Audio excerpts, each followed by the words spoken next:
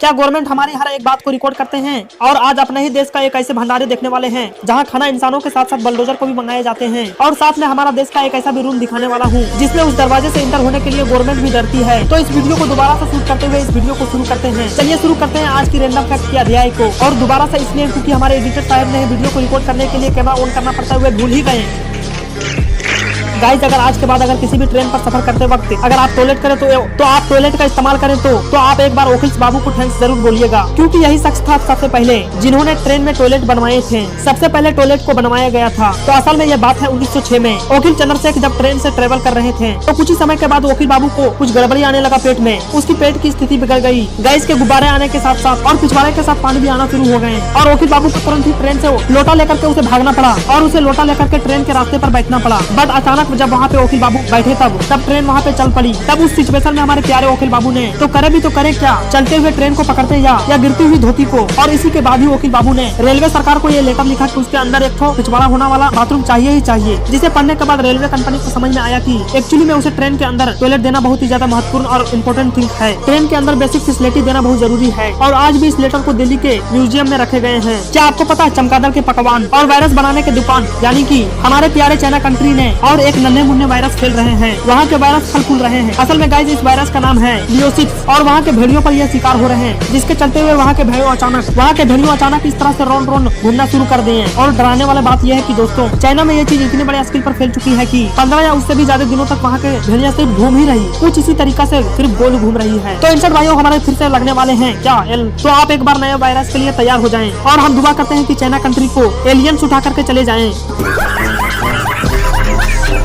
क्या आप यकीन करेंगे दोस्तों, अगर मैं आपसे कहूँ दुनिया में एक ऐसे भी पेड़ होते हैं जो चल सकते हैं? मजाक नहीं कर रहा हूँ। एक स्पेशल तरह का पाम ट्री है। जी हाँ, अगर आपको यकीन नहीं हो रहा है, लैटिन अमेरिका में वाकिन पाम ट्री नाम का एक ट्री पाया जाता है वहाँ पे, जो वाकई में ये पेड़ चल सकते हैं। ये पेड़ रोजाना 2 से 3 सेंटीमीटर चल सकता है, जो कि साल में 20 किलोमीटर चलते हैं। आमतौर पे पेड़ों के जड़ें नीचे होती है जमीन में, लेकिन इस पेड़ में ऐसा नहीं है। इस पेड़ में थोड़ा ऊपर की ओर जड़ें होती है, जिसकी वजह से ये पेड़ झाड़ू की तरह दिखते हैं। इस पेड़ के ऊपर काफी रिसर्च के बाद पता चला है कि ये पेड़ ज्यादा सनलाइट लेने की वजह से एक से दूसरी जगह ये मूव करती है। लेकिन मैं आपको बता दूं, लैटिन अमेरिका में जो जंगलों में ये पेड़ पाए जाते हैं, उस जंगल में सनलाइट मिलना काफी डिफिकल्ट हो जाते हैं। इसलिए ये पेड़ों के जड़ें उस तरह उगती है जहाँ पे सनलाइट ज्यादा होती है और ये पुराने जड़ों को छोड़ते हुए दिखाई देते हैं। इसलिए जहाँ पे ज्यादा रोशनी होता है वहाँ पे ये ट्रेवल करते हैं और ये पेड़ पुराने जड़ों को छोड़ देता है। सेलफोन का आविष्कार 1875 में हुआ था, ये बात सभी को तो मालूम है। लेकिन अगर हम आपसे ये कहें कि मोबाइल का आविष्कार 1300 साल पहले ही हो गया था, तो आप क्या कहेंगे? साल 2015 में ऑस्ट्रेलिया में वहाँ पे खुदाई कर रहे थे। खुदाई करने के दौरान वहाँ पे एक सेलफोन जैसे मटेरियल जैसे बाहर निकले, मोबाइल जैसे दिखने वाले एक चीज मिली और ये मोबाइल चमड़े से बना हुआ था और ये कीबोर्ड पर अजीब तरह से भाषा लिखी हुई थी, जो देखने में बहुत ही ज्यादा अजीब लग रहे थे। लेकिन रहस्यमयी घटना ये पता चला कि साइंटिस्टों ने इसे कार्बन डेटा से इस फोन को जांच की तो सभी के होश उड़ा के रख दिए। कार्बन डेटिंग के जरिए यह पता चला कि इस मोबाइल का एज का उम्र 1300 साल पहले थी। और बहुत सारा साइंटिस्ट का मानना यह है कि ये सेलफोन एलियन ने धरती पर छोड़ दिए थे। धरती पे ये छोड़ दिए थे। उस टाइम एलियंस के पास काफी ज्यादा एडवांस टेक्नोलॉजी थी, इसीलिए एलियंस ने हम इंसानों से काफी ज्यादा पहले सेलफोन का आविष्कार कर दिया था। लेकिन ये सेलफोन धरती पे कैसे आया, यह बात किसी को नहीं पता और इसके बारे में किसी को जानकारी नहीं मिली।